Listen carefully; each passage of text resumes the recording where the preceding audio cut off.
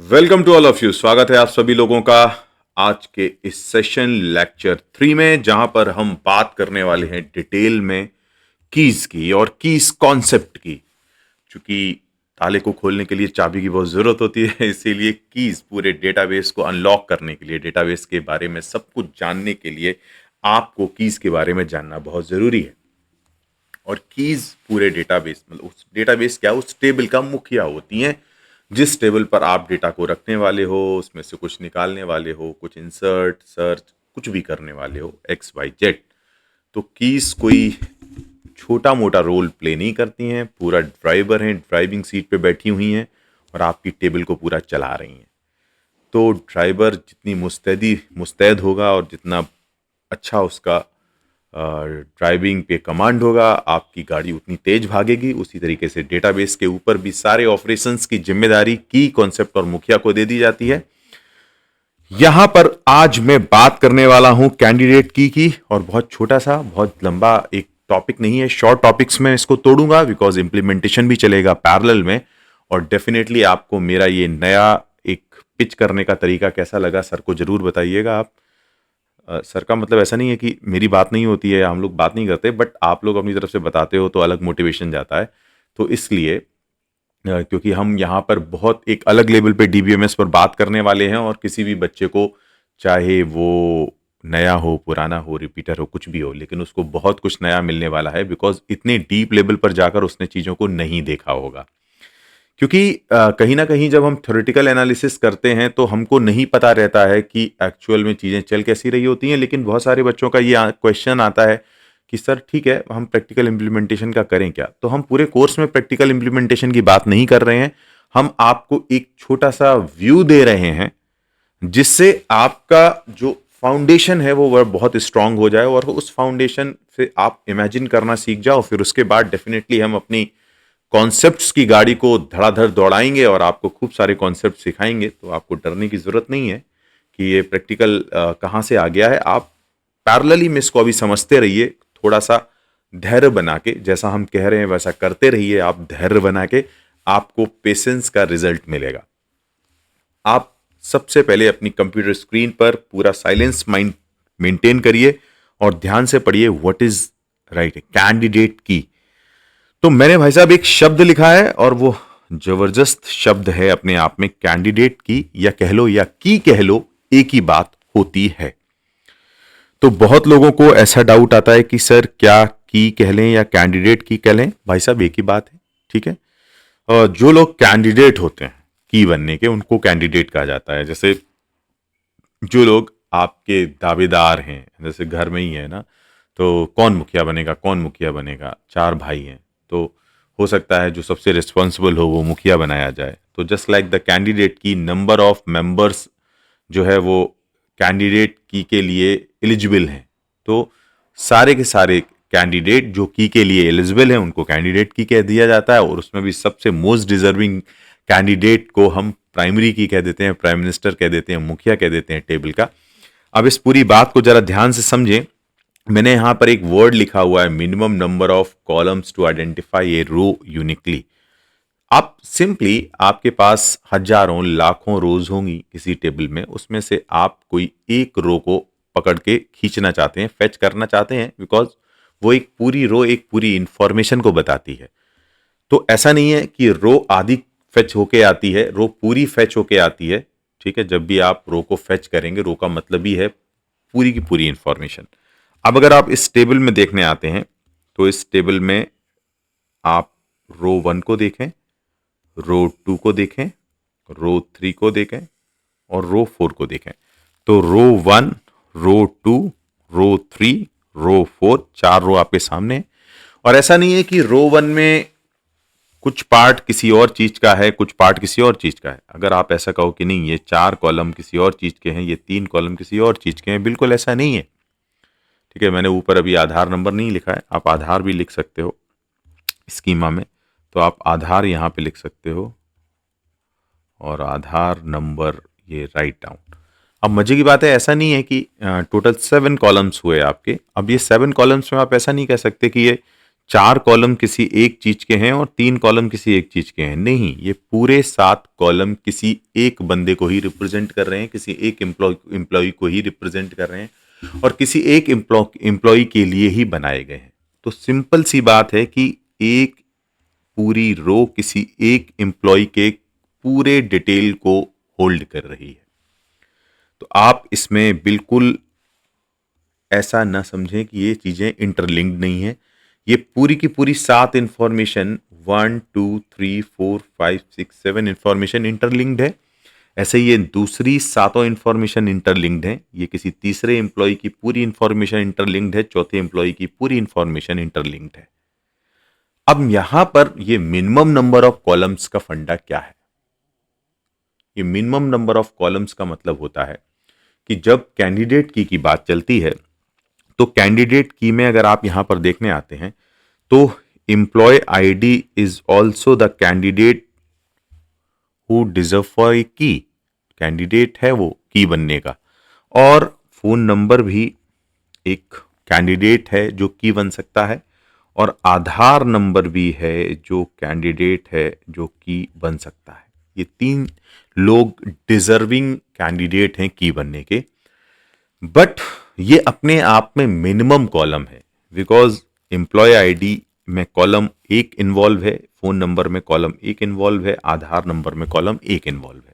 तो आप ऐसा नहीं कह सकते कि इसमें जीरो तो कुछ होता नहीं, मिनिमम 1 कॉलम तो चाहिए। लेकिन कोई अगर ये मेरे से कह दे आके कि एम्प्लॉय आईडी के साथ सर मैं आपको कंबाइंड करके दे देता हूं ई नेम, तो क्या कोई गड़बड़ हो जाएगी? बिल्कुल गड़बड़ नहीं होगी। ये भी एक डिजर्विंग कैंडिडेट है जो की बन सकता, बट कैंडिडेट की नहीं है, बिकॉज ये मिनिमम नहीं है, बिकॉज इसमें 2 कॉलम इन्वॉल्व हो गए हैं। बट ये डिजर्विंग है की बनने के लिए। बिकॉज क्यों? क्योंकि जब किसी का केवल पार्शियल पार्ट में ही वो ताकत है कि वो पूरे के पूरे एक रो को यूनिकली फेच कर सकती है, यूनिकली उसमें पूरे सर्च कर सकती है among all the rows in table in relation, तो डेफिनेटली उसके साथ अगर आप एक्स्ट्रा में ये चीज दे दोगे तो कोई नुकसान नहीं है, कोई फायदा भी नहीं है, दोनों ही चीजें हैं। बट ये पावर अभी भी इसमें प्रिजर्व है। इवन कोई एक भाई साहब आए तो उन्होंने कहा कि नहीं मैं तो ई आईडी को जोड़ूंगा और मैं ई नेम को जोड़ दूंगा और मैं उसके साथ एज भी जोड़ दूंगा। बहुत अच्छी बात है यार, जब आप टेंशन क्यों ले रहे हैं? जब आपका अकेला एम्प्लॉय आईडी ही इतना पावरफुल है, आप जोड़ते जाओ, कोई दिक्कत नहीं है। ये यहां पर आपने कॉलम 3 इन्वॉल्व कर लिए। बट अगर आप कंपेयर करो इस पूरे कॉन्सेप्ट को, तो ये कॉलम 1 है, ये कॉलम 2 है, ये कॉलम 3 है, तो definitely column 1 is the minimum. इसलिए कैंडिडेट की के पाले में तो केवल एम्प्लॉय आईडी आएगा, फोन नंबर आएगा और आधार नंबर आएगा। ठीक है, क्योंकि ये मिनिमम है, इनमें कोई भी एक्स्ट्रा ऐसा कॉलम ऐड नहीं है। ठीक है, ये अपने आप में सफिशियंट हैं किसी भी रो को यूनिकली फेच करने में। फिर इसके साथ अगर आपको जोड़ देते हैं तो कोई ना तो फर्क पड़ेगा, ना फायदा होगा, ना कुछ नुकसान होगा। एक कॉलम आप एक्स्ट्रा में जरूर जोड़ देंगे। तो मैं बस यहां से ये समझाना चाह रहा था कि मिनिमम का मतलब क्या होता है। ये चीज समझना आपके लिए बहुत जरूरी है, क्योंकि की बनाते समय आप हमेशा ध्यान रखें कि अननेसेसरी कॉलम्स को ऐड ना करें। ठीक है, कि आप हमेशा मिनिमम कॉलम को लेके ही बनाएं।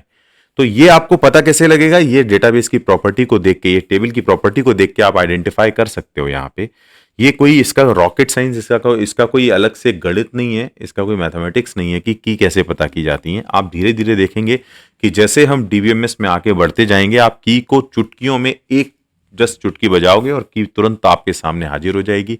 आप तुरंत पहचान लोगे कि कौन की बन सकता है और कौन की नहीं बन सकता है। अब किसी एकदम बिल्कुल 10th के बच्चे को भी अगर आप एम्प्लॉय का डेटाबेस दे दोगे, वो बता देगा कि कौन की बन सकता है, कौन की नहीं बन सकता, मतलब कैंडिडेट की। बहुत ही बढ़िया बात।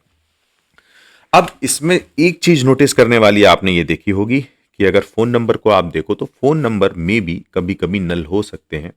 तो हो सकता है कि किसी एम्प्लॉय के पास जिस समय उसने रजिस्टर्ड किया होगा किसी कंपनी में, हो सकता है उसका फोन लॉस्ट हो गया हो और थोड़ी देर के लिए वहां पर पुट कर दिया गया हो नल। ठीक है, तो अभी मैं नल के कॉन्सेप्ट में बाद में आऊंगा कि ये नल बवाल क्यों मचाता है, इस नल का मतलब क्या है। अभी किसी को कोई हवा नहीं रहती है नल के बारे में कि हम कीज में नल को अलाउड कर देते हैं, बट प्राइमरी की में हम नल अलाउड नहीं करते हैं। अगर हम नल अलाउड कर देंगे तो क्या बवाल भूकंप आएगा अगर हम प्राइमरी की में नल अलाउड करते हैं। इसको भी मैं प्रूफ करके दिखाऊंगा पूरा प्रॉपरली आपको, है ना। थ्योरेटिकली इसको एक्सप्लेन करूंगा, कॉन्सेप्चुअली, क्योंकि प्रैक्टिकली तो पॉसिबल नहीं है, क्योंकि प्राइमरी की जिसको भी आप डिक्लेयर कर दोगे डीबीएमएस उसमें नल घुसने ही नहीं देगा, तो आपको प्रॉब्लम तो समझ आएगी नहीं। इसका केवल आप थ्योरेटिकल एक्सप्लेनेशन जान सकते हो कि क्या क्या समस्याएं हो सकती हैं, क्या क्या तहस नहस हो सकता है। तो अभी के लिए केवल आप ये समझिए कि मैं यहां पे क्या कहने वाला हूं। मैं यहां पर ये कहने वाला हूं कि एक एम्प्लॉय है भाई 101 E101, यहाँ पे मैंने कैरेक्टर अल्फा न्यूमेरिक लिया है, विक्रम 25 75,000, कुछ कानपुर करके एड्रेस है, नंबर है और एक आधार है। 102 विकास, एज 80,000, कुछ विकास नगर लखनऊ के एक एम्प्लॉय हैं, इनका अपना एक नंबर है, एक आधार है। ऐसे अभिनव का अपना एक डिटेल है, हर्षित का अपना एक डिटेल है, और ऐसे करके एन नंबर ऑफ एम्प्लॉयज होंगे, है ना। 20 50 100 1000 कितने भी एम्प्लॉय हो सकते हैं। तो आप अगर कंपनी कोई खोल रहे हैं तो उस कंपनी में एम्प्लॉय का डेटाबेस सबसे इंपॉर्टेंट डेटाबेस होगा, जिसमें सीईओ की भी एंट्री होगी। CEO is also the employ of that company. तो वहां पर एक मैंडेटरी, और इसमें कई सारे कॉलम भी होंगे। मैंने तो एक मिनिमल कॉलम ले लिए हैं आपको समझाने के लिए, बहुत सारा बड़ा कॉलम होगा, जो जो एंटिटीज रिक्वायर्ड होंगी वो आपको डालनी पड़ेंगी। और ये सब कौन सोचता है? ये डेटाबेस डिजाइनर सोचता है ना, ये प्रोग्रामर सोचता है डेटाबेस को प्रोग्राम करने वाला। और आप कैसे सोचोगे अभी मैं बताऊंगा जब एसक्यूएल पे आओगे। हम रियल प्रॉब्लम्स को लेंगे और वहां पर आप तुरंत समझ जाओगे कि मुझे कितने कॉलम लेने हैं, इसके लिए किस किस को की बना देना है, कौन कौन सी एंट्री हमें इंसर्ट करनी है, डिलीट करनी है, सर्च करनी है, सब सारा गणित आपके सामने फटाफट क्लियर होगा।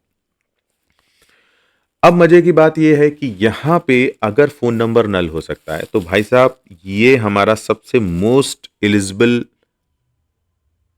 डिजर्विंग की नहीं है, डिजर्विंग कैंडिडेट, सबसे स्ट्रॉन्गेस्ट सबसे पावरफुल कीज नहीं है ये, क्योंकि ये नल होल्ड कर सकता है। और मान लो थोड़ी देर के लिए आधार नंबर तो नहीं हो सकता, बट चूंकि मैं जानता हूं कि एम्प्लॉय का सारा काम एम्प्लॉय आईडी बना ही गई इसीलिए है।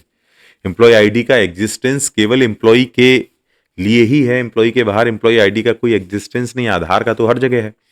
तो डेफिनेटली मैं इन दोनों लोगों में इलेक्ट करूंगा एम्प्लॉय आईडी को, क्योंकि एम्प्लॉय आईडी का जन्म ही हुआ है एम्प्लॉय टेबल के लिए। सारा काम, क्योंकि कोई किसी को आधार नंबर के नाम से नहीं बुलाएगा कि फला आधार नंबर की सैलरी में 5,000 की बढ़ोतरी हुई, तो हो गया बस काम। तो आधार नंबर जो है 10 12 13 जितने भी डिजिट का होता होगा आप पढ़ते रहो।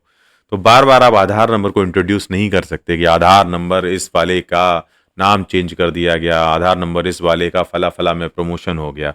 तो सीधा सीधा आप किसी भी एम्प्लॉय को उसकी आईडी से पहचान सकते हो, और उसके आईडी से वो एम्प्लॉय अपने को समझ जाएगा कि मेरी बात चल रही है। अगर कोई कहेगा E101 की सैलरी भाई साहब 10,000 बढ़ा दी गई है, 85,000 हो गई है, तो बल्ला बल्ला, तो तुरंत विक्रम समझ जाएंगे कि मेरी सैलरी अब 85,000 हो गई है। तो आधार नंबर नहीं, तो employ ID is the primary key here. और मैं जानता हूं कि कभी भी कोई भी एम्प्लॉय अगर है उस कंपनी में, या तो होगा या नहीं होगा, नहीं होगा तो फिर उसकी कोई एंट्री नहीं होगी, और अगर होगा तो डेफिनेटली उसकी एक एम्प्लॉय आईडी होगी। ऐसा हो ही नहीं सकता कि कोई एम्प्लॉय आईडी में नल डाल सके, और डालने की कोशिश करेगा तो डीबीएमएस उसको लपड़िया देगा, कहेगा अरे कैसी बातें कर रहे हो, एम्प्लॉय है और उसकी आईडी ना, ऐसा कैसे हो सकता है। तो इस बात का रिस्पॉन्सिबिलिटी पूरा डीबीएमएस लेगा। तो मैं एम्प्लॉय आईडी को डिक्लेयर कर दूंगा एज ए प्राइमरी की। तो एम्प्लॉय आईडी चूंकि मैं वेरकेयर ले रहा हूं, वेरकेयर का मतलब होता है जिसमें सब कुछ समा जाता है, string, character, alpha numeric, anything. तो वेरकेयर का मतलब होता है एनीथिंग। इसको तुरंत अच्छा शब्दों में लिख लेना, अभी बात करेंगे। तो एम्प्लॉय आईडी वेरकेयर, और फिर यहाँ पे मार देना एक प्राइमरी की। तो भाई साहब लो बल्ले बल्ले हो गई आपकी प्राइमरी की, और ये प्राइमरी की आपकी बनके तैयार हो गई। तो इतना सिंटेक्स आपको लिखना है क्रिएट टेबल के अंदर, तो एम्प्लॉय आईडी डिक्लेयर हो जाएगा प्राइमरी की। आप कोई नल घुसेड़ने की कोशिश भी करेगा तो नल घुसेगा नहीं, इसमें लपड़िया दिए जाओगे। तो ये मिनिमम कैंडिडेट की का फलसफा था जो मैंने आपको अभी बताया। ऐसा अभी कैंडिडेट की पर बहुत डिटेल में बात होगी, कोई छोटी मोटी बात नहीं है कैंडिडेट की, क्योंकि अभी मैं इस टॉपिक को थोड़ा सा लंबा खींचूंगा, फिर थोड़ा सा फास्ट चलेंगे अपन रॉकेट की तरीके से। अब बात ये आती है कि क्या सर प्राइमरी की क्वेश्चन मेरे दिमाग में एक बच्चा आया, वो बोला, बड़ा शरारती बच्चा है, वो बोला कि सर प्राइमरी की में ज़रूरी है कि हमेशा जिसको आप प्राइमरी की बनाएं उसमें एक ही कॉलम रहे। बात तो यार सही है सर, आप इससे पहले एक एग्जांपल लिए थे स्टूडेंट आईडी का, उसमें भी एक कॉलम था। सर अभी आप एम्प्लॉय आईडी ले रहे, इसमें भी एक कॉलम है। तो क्या हमेशा सिंगल कॉलम की ही प्राइमरी की होती हैं? तो इस क्वेश्चन का जवाब मैं अगली स्लाइड से दूंगा, अभी मैं यहां कुछ नहीं बताऊंगा। थोड़ी देर के लिए आपको सोचने के लिए मजबूर करूंगा, आप पॉज करिएगा और सोचिएगा कि आपकी ऐसा ही हो सकता है क्या कि हमेशा सिंगल कॉलम से ही रिप्रेजेंट किया जाता है प्राइमरी की को। तो इसका जवाब मिलेगा आपको नेक्स्ट स्लाइड में। मैंने स्लाइड में सिंपल से सजा के रखा है एक स्टूडेंट टेबल को, तो मैं यहां पे लिख दे रहा हूं स्टूडेंट रिलेशन को, स्टूडेंट रिलेशन स्कीमा को, या स्टूडेंट टेबल को, जिसके 3 इनपुट हैं एसआईडी। अभी मैं डोमेन नहीं लिख रहा, केवल उनके कॉलम के नाम लिख दे रहा हूं, कॉलम के नेम लिख दे रहा हूं, और ये मैंने एज लिख दी। क्या बात है। फिर मैंने यहां पर एक कोर्स टेबल बनाई। कोर्स टेबल में मैंने कोर्स आईडी लिख दिया, मैंने कोर्स नेम लिख दिया। थोड़ा साफ साफ लिखने की मैं कोशिश कर रहा हूँ, शायद सफल भी हो जाऊंगा। और कोर्स की जो फीस है वो मैंने यहाँ पे लिख दी। तो मैं इसका टाइप भी मुझे वैसे यहाँ पे लिखना चाहिए था कि एसआईडी किस टाइप का है, बट अभी फिलहाल मैं ये मान लेता हूँ कि इतना आपको समझ में आ रहा होगा। अब ये टेबल भाई साहब मैंने बनाई इनरोलमेंट टेबल, है ना, इनरोलमेंट टेबल कि किस स्टूडेंट ने किस कोर्स में इनरोल किया है। तो फॉर एग्जांपल इस इनरोलमेंट टेबल का जो रिलेशनल स्कीमा, मैं पहले ही बता दे रहा, डरना मत इस शब्द से, इनरोलमेंट शब्द से, बिकॉज आपको लगेगा अरे बाप रे आप कौन से कॉन्सेप्ट की बात चल रही है। तो इनरोलमेंट टेबल में भाई साहब 2 ही कॉलम हैं, तो कॉमा करके उनको सीआईडी मार दो। तो ये 3 हमारे रिलेशंस तैयार हो गए। एक रिलेशन आर तैयार हो गया R1, एक रिलेशन R2 तैयार हो गया, और एक रिलेशन R3 तैयार हो गया। R3 के 3 कॉलम को नाम दे देता हूं मैं PQR। तो यहां पे PQR लिख दिया मैंने, और यहां पर मैं नाम दे देता हूं ABC। समझने में आपको आसानी होगा क्योंकि आगे चल के हम रिलेशंस को ऐसे ही समझेंगे।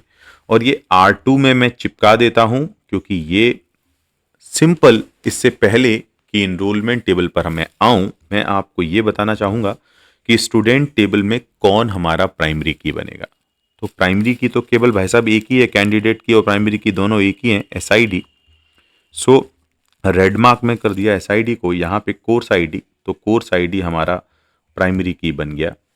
बट अब मैं कुछ एंट्रीज डालने वाला हूं कि जो स्टूडेंट विकास है, जिसका रोल नंबर 101 है, वो एक्चुअली 2 कोर्स लिए बैठा है, एक सी भी लिए बैठा है और एक C++ भी लिए बैठा है। लेकिन भाई साहब स्टूडेंट जो 102 हैं वो केवल एक ही कोर्स लिए हैं। फॉर एग्जांपल उन्होंने भी 102 ने C++ लिया है, और 102 ने हमारा जावा लिया है। ठीक है, कोर्स आईडी है यहाँ पे, तो ध्यान रहे कोर्स आईडी है, तो मैं कोर्स आईडी लिखूंगा यहाँ पे, ना कि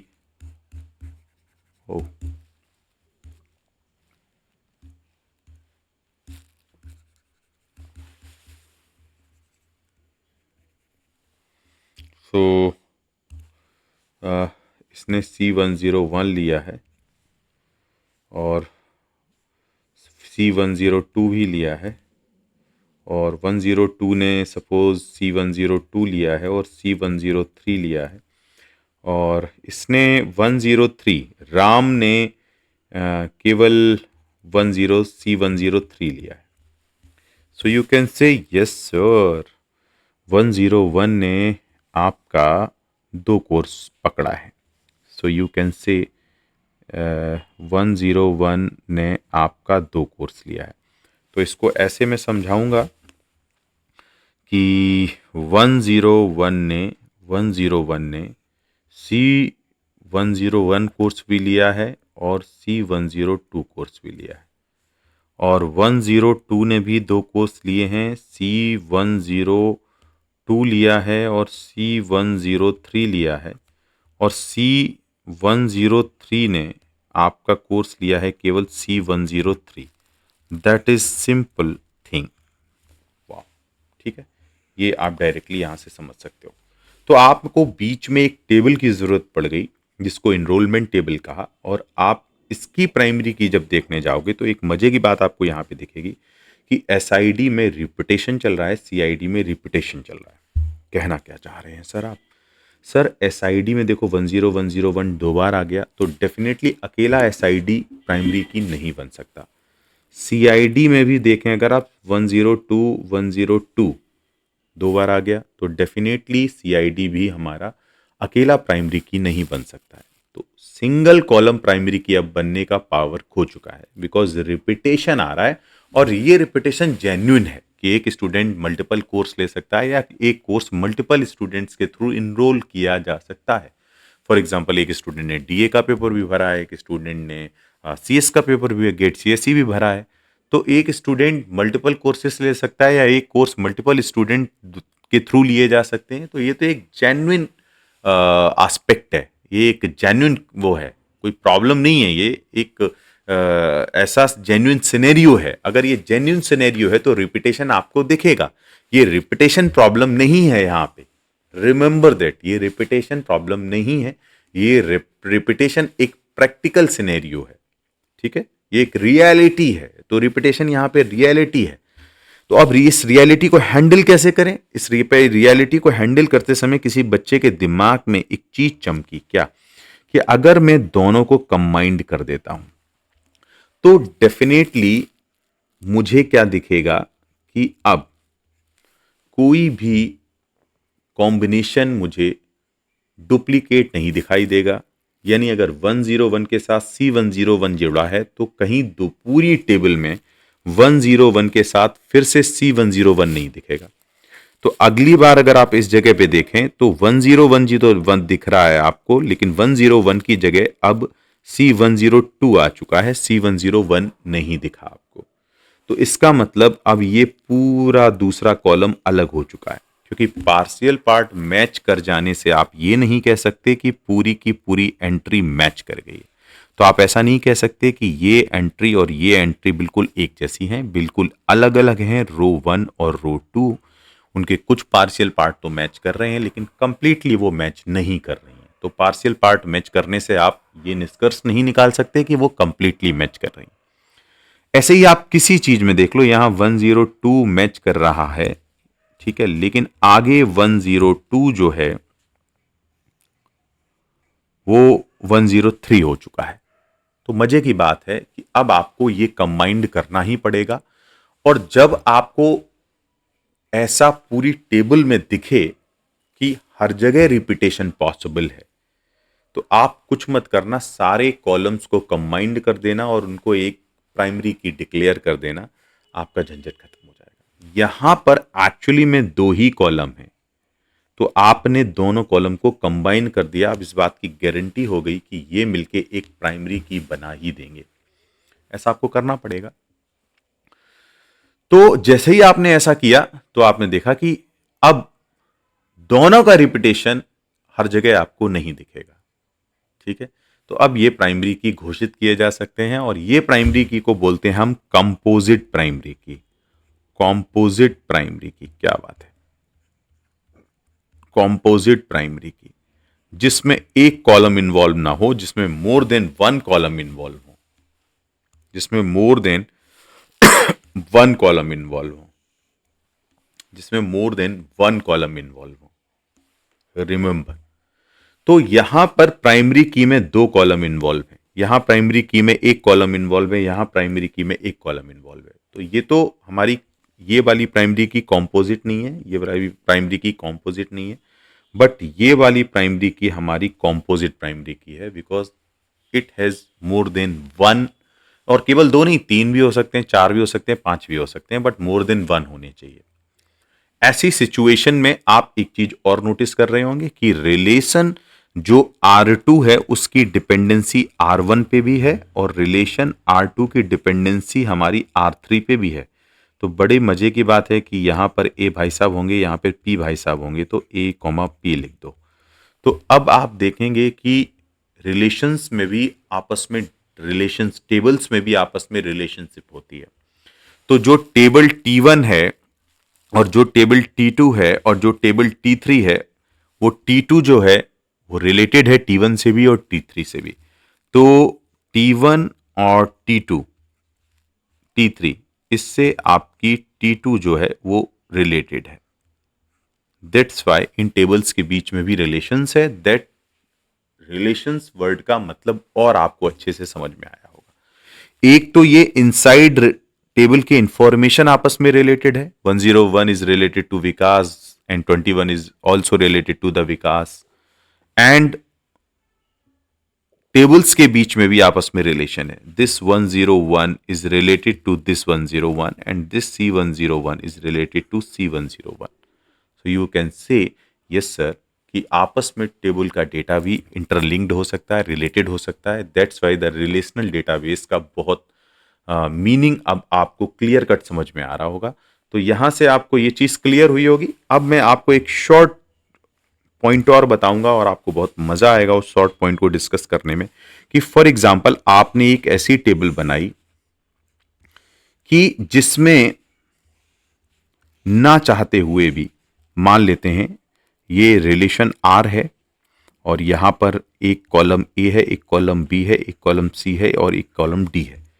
लेकिन ए में कुछ एंट्री है आपकी A1 और A1 और A2 और A3। यहां पे है V1 B2 B1 B3। ठीक, यहां पे है आपकी C1, कुछ भी ऐसा आप कर लो फॉर एग्जाम्पल। ठीक है, लेकिन अब आपकी प्रॉब्लम ये आ रही है कि सब में रिपीटेशन है। ए भी रिपीटेड वैल्यू मेंटेन कर रहा है, वी भी रिपीटेड, सी भी रिपीटेड, डी भी रिपीटेड। और मजे की बात है कि इस सिचुएशन में आप ये देखने जाएं कि ऐसा भी हो सकता है कि जब आप ए और बी को कंबाइंड करें तो उसका भी रिपीटेशन दिखे। और आप उस सिनेरियो में 2 मिनट रुको, अभी मैं दिखाता हूं आपको कि क्या प्रॉब्लम होगी। डी में हटा देता हूं, अभी मैं इतनी ही वैल्यू लेता हूं। ठीक है, और अभी आपको समझ में आएगा कि उस सिचुएशन में आप क्या करेंगे। तो मान लो मैंने वैल्यू ले ली यहाँ पे A1 B1। ठीक है, A1 B2 A3 B3 और इसका C1 कर दिया, इसका C2 कर दिया। और फिर मैंने ले लिया C1 B1 और मैंने ले लिया B2 for example B2. So here you write down another entry B2. So B2 here and C2 here and C2. Now the problem is this कि आप जब A और B को कंबाइंड करोगे या B और C को कंबाइंड करोगे या A और C को कंबाइंड करोगे, फॉर एग्जांपल A और C A1 C1, तो एक एंट्री हम और यहाँ पे डाल देते हैं A1 C1 और यहाँ पे एक एंट्री डाल देते हैं B4। नाउ अब आप इन तीनों कॉम्बिनेशन को मर्ज नहीं कर सकते। क्यों नहीं कर सकते? आपने कहा कि अच्छा चलो इसको प्राइमरी की का उम्मीदवार बना देते हैं या और इसको प्राइमरी की का उम्मीदवार बना देते हैं या इसको प्राइमरी की का उम्मीदवार बना देते हैं। लेकिन एक बंदा जो टैलेंटेड डेटाबेस डिजाइनर है वो उसने खारिज कर दिया आपके तीनों कॉन्सेप्ट। उसने कहा देखो कैसे आप ए बी को बना सकते हो, बिकॉज ए और बी को बनाने में ए और बी में कभी भी डुप्लीकेसी नहीं होनी चाहिए। लेकिन भाई साहब ये देखो A1 B1 A1 B1 repeat मार रहे हैं, यानी रो 1 में और रो 3 में जो A1 B1 A1 B1 है वो रिपीटेड है। तो इसका मतलब ए बी हमारा की नहीं बन सकता। एक हमारे आए मंगू, मंगू ने कहा अरे BC बनाओ यार, बी और सी को कंबाइंड करो। लेकिन डिजाइनर टैलेंटेड था, उसने कहा अच्छा ऐसी बात है, अभी मैं डेटाबेस देख के बताता हूं तुमको। तो बी और सी को इसने देखा तो B1 C1 एंड नाउ मैंने अच्छा B2 C2 और B2 C2, यानी अगर आप देखेंगे तो R2 और R3 या R4, R2 और R4 में B2 C2 और B2 C2 ये रिपीटेड एंट्री है, यानी बी और सी में भी रिपीटेशन आ रहा है, ये भी हमारा की नहीं बन सकता। ऐसे ही ए और सी में अगर आप देखने जाओगे तो मजे की बात यह है कि A1 C1 this and A1 C1 this. So in R1 and R4, A1 C1 is also repeated, then A and C is also not the candidate key. Then अकेले तो वो बन ही नहीं सकते थे। सो अकेला A not possible, अकेला B not possible, अकेला C not possible, combination of AB not possible, combination of AC not possible, combination of BC not possible. Then definitely आपके पास केवल एक चॉइस बची, you have to combined A B C and definitely ये guarantee देगा कि अगर आपने सबको कंबाइंड कर दिया और आपने इसको प्राइमरी की डिक्लेयर कर दिया तो अब आपको टेंशन लेने की जरूरत नहीं है, पूरी टेबल में आपको रिपीटेशन नहीं दिखेगा। क्यों? उसका रीजन ये है कि आप रोज का डुप्लीकेसी नहीं कर सकते, आप ऐसा कर ही नहीं सकते डेटाबेस में। डेटाबेस का मतलब पूरा खत्म हो जाएगा कि आप ये कहो कि अच्छा सर आप ऐसा कह रहे हो हम यहाँ B1 रख सकते हैं, यहाँ C1 रख सकते हैं। तो ये देखिए सर, अब कोई है ना क्लास 5th का बच्चा भी आपको आके लपड़िया देगा कि एक एंट्री को 2 बार क्यों रख रहे हो सर, जरूरत क्या है? कुछ तो चेंज हो दूसरे रो में, या तो सी में कुछ चेंज हो या बी में कुछ चेंज हो या ए में चेंज हो, फिर क्या रखने की सेम कॉपीज बार बार लिखने की क्या जरूरत है आपको? तो कोई एक चीज तो आप बदलोगे तब तो आप रखोगे उसको, तब वो डिफरेंट सेपरेट रोज होगी, आपकी सेपरेट एंट्रीज होगी। तो उस केस में आप देखोगे कि इस ये रिक्वायरमेंट एक जेन्युइन रिक्वायरमेंट है कि रोज आपकी डुप्लीकेट नहीं होनी चाहिए। तो आप उस समय आप एबीसी को आपस में कंबाइंड कर दें, आपको कहीं भी रिपीटेशन मिल रहा होगा, लेकिन जब आप सारे कॉलम्स को कंबाइंड कर दोगे तो मिनिमम आपका वो की जो है एक मिनिमम की डेटाबेस में एग्जिस्ट करेगा, कॉम्पोजिट की। अगर सब में रिपीटेशन चल रहा हो तो भी सारे कॉलम्स को कंबाइंड कर देना, क्योंकि फिर रिपीटेशंस आपको देखने को नहीं मिलेंगे। क्योंकि जब रो डुप्लीकेट होती ही नहीं है तो डेफिनेटली उनका कॉम्बिनेशन सारे कॉलम्स का आपको हमेशा यूनिक रो देगा ही देगा। That is the big concept. ठीक है, अब इस पूरी टेबल में भी आप उठा के देख लो, कहीं पे भी ए और बी और सी तीनों वैल्यू एक साथ रिपीटेड आपको दिखेंगी नहीं। कहीं ए अगर ए बी एक जैसा होगा तो सी बदल रहा होगा, बी सी एक जैसा होगा तो ए बदल रहा होगा, अगर बी सी एक जैसा होगा तो ए चेंज हो रहा होगा, ए बी एक जैसा होगा तो सी चेंज हो रहा होगा, और ए सी एक जैसा होगा तो बी चेंज हो रहा होगा। चेंज जरूर हो रहा होगा कोई ना कोई, इसी वजह से वो एक कॉलम दूसरे कॉलम से डिफरेंस आ रहा होगा, उस कॉलम का दूसरे कॉलम से डिफरेंस आ जा रहा होगा। लेकिन ये होगा क्या कि आपको डिक्लेयर करना पड़ेगा बेटा, इसको डेटाबेस डिक्लेयर नहीं करेगा। डेटाबेस को कोई नहीं पड़ी हुई है, आप जैसी एंट्री चाहो भरना चाहो भर दो। बट जब आप सारी कीज को कंबाइंड कर देते हो तो मिनिमम एक की तो एग्जिस्ट करती ही करती है, बिकॉज आप रोज को डुप्लीकेसी नहीं कर सकते, उसका कोई मतलब नहीं है। इसलिए अगर आप उनको कंबाइंड कर दोगे सारे कॉलम्स को तो रोज की डुप्लीकेसी आपकी ऑलरेडी एलिमिनेटेड हो जाएगी और आपको एक की भी मिल जाएगी। दोनों काम आपके हो जाएंगे, या आप कह सकते हो कि की वजह से रोज की डुप्लीकेसी नहीं आएगी।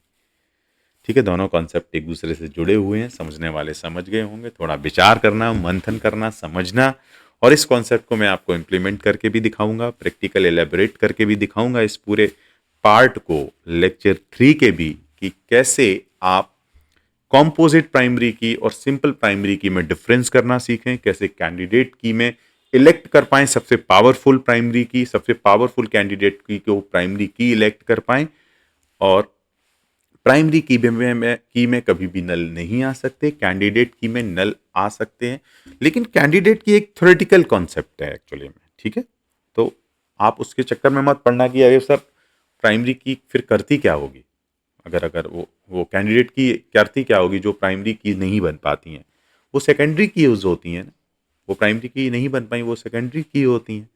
तो उनके ऊपर क्या है उतना रिसर्च अभी नहीं करना अपने आप को। तो आज की क्लास को मैं यहीं पे फिनिश करता हूं। आई होप इस क्लास से भी आपको बहुत सारी कनेक्टिविटी मिली होगी और अब आपको डेटाबेस, टेबल्स, रिलेशंस इन शब्दों के प्रॉपर मीनिंग्स पता लगने लगे होंगे। आपको मज़ा आएगा। अब धीरे-धीरे आप देखिए जब मैं डेप्थ में आपको लेके चलता हूँ, कीज़ के बहुत डिटेल में लेके जाता हूँ और आप इस लेक्चर को जिसमें मैं बेसिक्स ऑफ कीज़ जिसको नाम दे रहा हूँ, बेसिक्स ऑफ कीज़ में आप पूरा सुपर की तक जाएँगे और धुआंधार क्वेश्चंस को करेंगे। एक से एक अच्छे वैरायटी के कॉन्सेप्ट और क्वेश्चंस को हम डिस्कस करेंगे। तो आज के लिए मैं इस क्लास को यहीं पे क्लोज करता हूं और इसका प्रैक्टिकल इंप्लीमेंटेशन भी आपको जल्दी मिलेगा। अभी कुछ रिसेंटली क्लास का जिनका पॉसिबल होगा प्रैक्टिकल इंप्लीमेंटेशन वो मैं पैरेलली में आपको देता चलूंगा। तो आई होप आपने एंजॉय किया होगा इस क्लास को। इसका फीडबैक आप बताते जाइएगा बिकॉज डीवीएमएस आपको लेके जाएगा एक नई दुनिया में और एक नए डीप एनालिसिस में। और आपके जितने भी लोगों को मैं कहता हूं कि आ जाओ बेटा, आप चैलेंज करने की बारी है हमारी और आपकी। मजाक कर रहा हूं बट वो चैलेंज एक्सेप्ट करो। आपको डीवीएमएस में मैं एक नई दुनिया की सैर कराने वाला हूं और आपको ऐसे ऐसे कॉन्सेप्ट बताऊंगा, इंप्लीमेंट करके भी दिखा दूंगा ऑन जस्ट उसी लेक्चर में। और आप कहोगे कि सर यस, अब तो हम डीबीएमएस में ये कह सकते हैं कि हमारा प्लेसमेंट प्रिपरेशन के लिए भी पूरी तरीके से हम तैयार हो गए हैं। So thank you so much. इस लेक्चर को ऐसे ही एंजॉय करते रहिए। बिल्कुल वेब सीरीज के तरीके से लेक्चर्स चलते रहेंगे और अगले एपिसोड्स में हम बहुत सारी चीज़ों को अनफोल्ड करेंगे और आप वेट करिए हमारा अगले एपिसोड का जिसमें लेक्चर 4 होगा और हम बात करेंगे कुछ और बहुत बेहतरीन कॉन्सेप्ट से। तब तक के लिए थैंक यू सो मच।